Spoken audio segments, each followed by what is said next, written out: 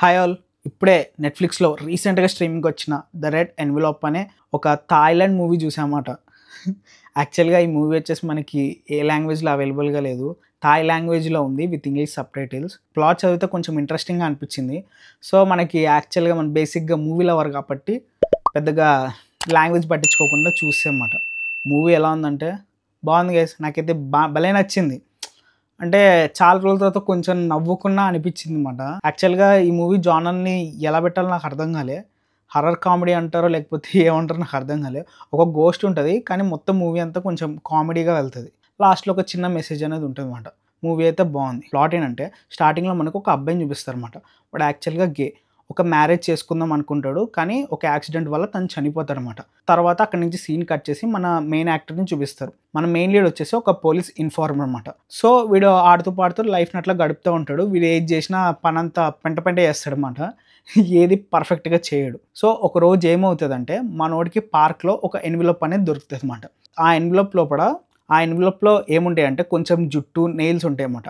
అదే ఎవరైతే స్టార్టింగ్ ఒక గే అబ్బాయి చనిపోయాడని చెప్పాను కదా! ఆ అబ్బాయివి ఉంటాయి. సో, ఇక్కడి నుంచి మనకి మూవీ అనేది ఇంట్రెస్టింగ్‌గా మారుతదనమాట. యాక్చువల్‌గా ఇది ఎవరు చేస్తారంటే చనిపోయిన అబ్బాయి ఉన్నాడో వాళ్ళ అమ్మమ్మ చేస్తదనమాట. అంటే మీ వోడు కోరిక తీరకుండా చనిపోయాడు పెళ్లి జరగకుండా. సో, వాడు ఇక్కడే ఆత్మ కింద తిరుగుతాడు. రీఇన్‌కార్నేట్ అవ్వడు. ఐ మీన్ పునర్జన్మ అనేది ఉండదు. సో, వాడికి ఎవరో ఒకళ్ళతో పెళ్లి చేయాలి. గోస్ట్ మ్యారేజ్ అని చెప్పి అని అంటారనమాట. సో, ఇలాగా ఆ రెడ్ ఎన్విలప్ వీళ్ళు పెడతారు. ఆ రెడ్ ఎన్విలప్ ఒక పార్క్‌లో పెడతారు. ఆ ఎన్విలప్ ఒకడిని ఎంచుకుంటది అని చెప్పి వాళ్ళు నమ్ముతారన్నమాట. దాంట్లో బకరా అయ్యేది మన హీరో మాట. సో, ఇక్కడి నుంచి మనకు అసలైన స్టోరీ స్టార్ట్ అవుద్ది. ఆ ఎన్విలప్ తీసుకున్నాక మనోడు వాడిని పెళ్లి చేసుకోవాల్సొస్తది. దాని తర్వాత వీడి లైఫ్ అనేది ఎలా టర్న్ అయింది? అసలు ఆ అబ్బాయి ఎవరు? ఎవరైనా చంపేశారా? లేకపోతే అసలు ఎందుకు చనిపోయాడు? ఇట్లా ఇవన్నీ తెలుసుకోవాలంటే ఈ మూవీ చూడాలన్నమాట. ఈ మూవీలో పాజిటివ్స్ ఏంటంటే ఫస్ట్ ఆఫ్ ఆల్ కామెడీ అయితే అదిరిపోయిందన్నమాట. నాకైతే బాగా నచ్చింది. యాక్చువల్‌గా మూవీలో మనకి ఎక్కువగా దీన్ని ఎల్‌జీబీటీక్యూ ఈ కమ్యూనిటీని వీళ్ళు ఎక్కువగా చూపిస్తా ఉంటారన్నమాట. అంటే దాన్ని బేస్ చేసుకొని కామెడీ అనేది జనరేట్ చేశారన్నమాట. మన మెయిన్ లీడ్‌లో వాడు ఆత్మ దూరిపోయి వాడు కూడా గే కింద బిహేవ్ చేసి చాలా బాగుందది. నాకు భలే నచ్చింది. కొన్ని కామెడీ సీన్స్ అనేవి రాసుకున్నారు. మంచిగా ప్రెజెంట్ చేశారు కూడా బాగుంది. ప్రీ క్లైమాక్స్‌లో ఒక ఫైట్ అనేది ఉంటదన్నమాట. యాక్చువల్‌గా మనం ఫైట్ యాక్షన్ కింద చూస్తాం కదా! అక్కడ ఏంటంటే మనం మెయిన్ లీడ్ ఫైట్ చేయలేకపోతే ఈ చనిపోయిన ఆ అబ్బాయి ఆత్మ ఉంది కదా! వీడెళ్ళి ఒకడి బాడీలో దూరి వాడెళ్ళి వేరే వాడిని కొట్టకుండా ఎళ్ళి వాళ్ళకి ముద్దు పెడతాడనమాట. వాళ్ళ చిరాకొచ్చేసి వాళ్ళు ఫైట్ వదిలేసి వెళ్ళిపోతారు.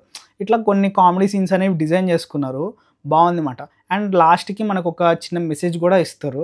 ఈ గే కమ్యూనిటీ అని ఎల్‌జీబీటీక్యూ వాళ్ళు ఎలా అయితే కొన్ని ఫేస్ చేస్తారో వాళ్ళ ఫ్యామిలీస్ నుంచి చుట్టుపక్కల అందరూ వాళ్ళని ఎలా మోసం చేద్దాం అనుకుంటున్నారు, ఎలా మోసపోతారు, ఎలా మోసం చేస్తారు, ఇలాంటి పాయింట్స్‌ని కూడా కొన్ని ఎక్స్‌ప్లోర్ చేశారు. అవి కూడా బావున్నాయి. ఎవ్రీవన్ హ్యాస్ ఫీలింగ్స్ అన్నట్టు వాళ్ళ ఫీలింగ్స్ వాళ్ళ ఇష్టం. సో, జడ్జ్ చేయడానికి మనమెవరు అన్న టైప్‌లో చూపిద్దాం అనుకున్నారు. ఆ పాయింట్ అయితే బావుంది. నాకు కూడా నచ్చిందన్నమాట. ఇంక ఓవరాల్‌గా మూవీ చూడాలా వద్దంటే చూడండి. ఇదొచ్చేసి కొంచెం అడల్ట్ కామెడీ మూవీ. కొంచెం గే, ఎల్‌జీబీటీక్యూ ఈ కమ్యూనిటీ గురించి వీళ్ళు ఎక్కువ డిస్కస్ చేస్తారు. అండ్ కొన్ని సీన్స్ కూడా మనకి డబుల్ మీనింగ్‌లా అలాగే ఉంటాయి. చూడాలనుకుంటే ఇండివిజువల్‌గా వాచ్ చేయండి. సరే మరి నెక్స్ట్ వీడియోలో మళ్ళీ కలుద్దాం. అంతవరకు బాయ్.